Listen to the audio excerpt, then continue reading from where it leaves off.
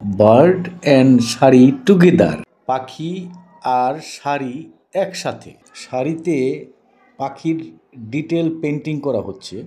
শাড়িতে আঁকতে গেলেও শাড়ির যেমন একটা গল্প আছে, শাড়ি কিভাবে পরবে, শাড়ির আঁচলটা এইভাবে কোনাকুনি হয়ে থাকবে। তো আপনারা যখন শাড়ি আঁকতে যাবেন ওইটা চিন্তা করে আপনাদের আঁকতে হবে। তারপর এখানে যেহেতু পাখি প্রাণী, এই প্রাণীগুলো যে আঁকবেন, বাস্তবতায় প্রাণীগুলো কিভাবে থাকে, ওদের নিজস্ব কিছু কথা থাকে, কিছু ভঙ্গি থাকে। তারপর ওরা পাখি জীবন্ত, ছটফট করে, নড়ে চড়ে, সব কিছু থাকতে হবে। পাখি উড়ে আসে, পাখি স্থির অবস্থায় কোনো দিনই থাকে না। পাখি উঁচু স্থানে বসে, গাছের ডালে বসে, এবং কি ডালে বসে, এবং কেনই বা ওরা ওইখানে বসে আছে, কেনই বা উড়ে আসবে, গল্পগুলো ওইখানে একসাথে দাঁড় করাইতে হবে। এখানে দেখেন একটা গাছ, সেটা হলো আপনার ফলের গাছ। তো এই ফলের গাছে ওরা উপরের ডালে বসে আছে এবং নিচে দেখেন কিছু পাখি খাইতেছে। তো এই যে পাখিগুলো খাইতেছে, ওদেরকে দেখা ওই উপরের পাখিগুলো দেখেন আরে আরে চায়। আবার কেউ একটু দু একজন হয়তো খাইয়া বসছে, দু একটা, তারা একটু শান্তিতে বসে আছে, আবার উইরা আসতেছে, উইরা চলে আসতেছে।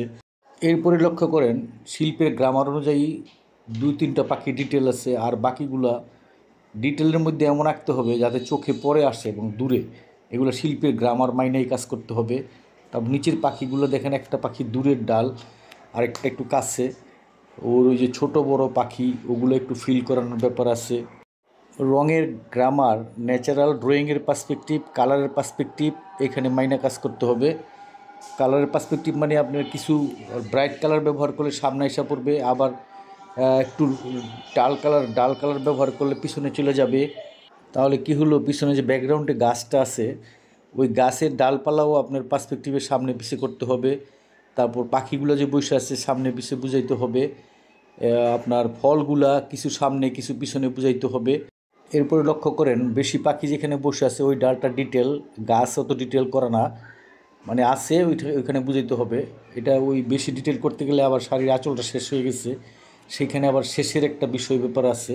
ব্যাকগ্রাউন্ডে কালারগুলো একটু সরাই সেটা ওয়াশ দেওয়ার ব্যাপারটাও বেশি। কালার ব্যবহার করতে গেলে এই কালারের শাড়ি শক্ত হয়ে যাবে, তখন এটা শাড়ি মানুষ পরতে চায় না। সফট রাখার একটা বিষয় আছে, যার জন্য ওই যে লেলবেল করার জন্য একটু ফাঁকা ফাঁকা রেখে ওয়াশ দিতে হয়। শাড়ি বাতাসে দুলবে, এটা একটা বিষয় আমাদের নারীদের জন্য।